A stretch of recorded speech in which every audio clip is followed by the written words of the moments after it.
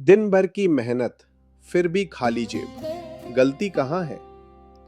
दिन भर की मेहनत, सुबह की जल्दी, ऑफिस की भागदौड़, बॉस की डांट, ट्रैफिक का जाम और रात को घर लौटते समय एक ही सवाल, इतना सब करने के बाद भी मेरी जेब खाली क्यों है?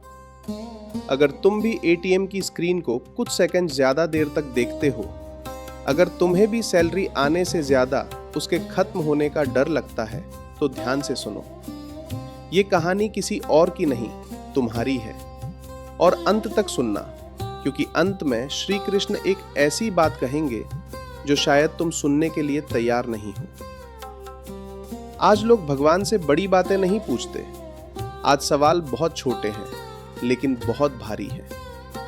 भगवान, मेहनत करता हूं फिर भी बचत नहीं होती, क्यों?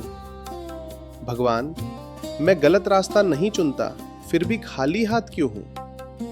भगवान, क्या मैं ही नाकाबिल हूं? ये सवाल आज मंदिरों में नहीं, मन में पूछे जा रहे हैं। रमेश कोई खास आदमी नहीं, तुम्हारी तरह ही है। सुबह 6 बजे उठता है, बच्चों को स्कूल भेजता है, खुद बिना नाश्ते के निकल जाता है। ऑफिस में ईमानदारी से काम करता है, कभी चोरी नहीं, कभी धोखा नहीं। लेकिन महीने के आखिर में सैलरी आती है और जाती चली जाती है। ईएमआई, किराया, बिल, फीस, दवाई और अंत में रमेश और उसकी खाली जेब।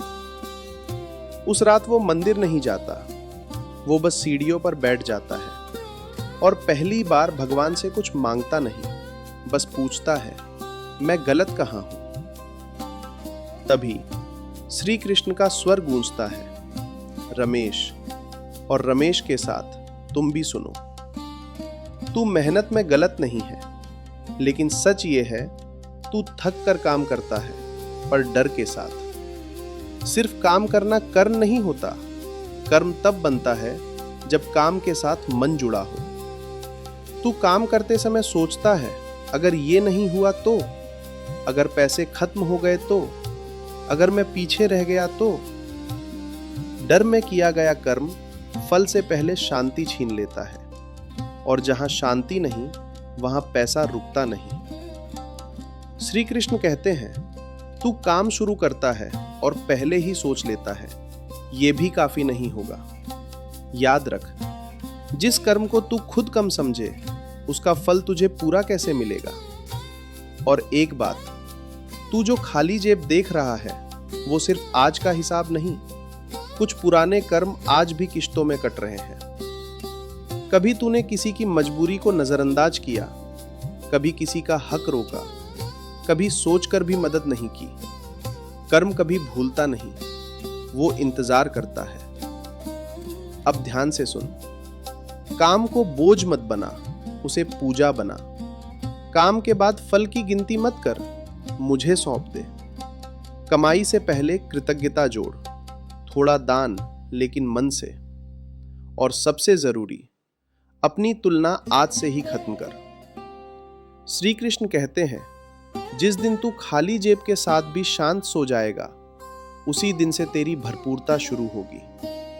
क्योंकि शांति के साथ किया गया कर्म देरी से सही, पर अधूरा नहीं लौटता। अगर आज तू थका हुआ है लेकिन गलत नहीं बना, तो समझ ले, भगवान तुझे गरीबी नहीं सिखा रहे, वो तुझे मजबूती सिखा रहे हैं। और याद रख, खाली जेब असफलता नहीं होती, कभी कभी वो अगली शुरुआत का सबसे साफ पन्ना होती है।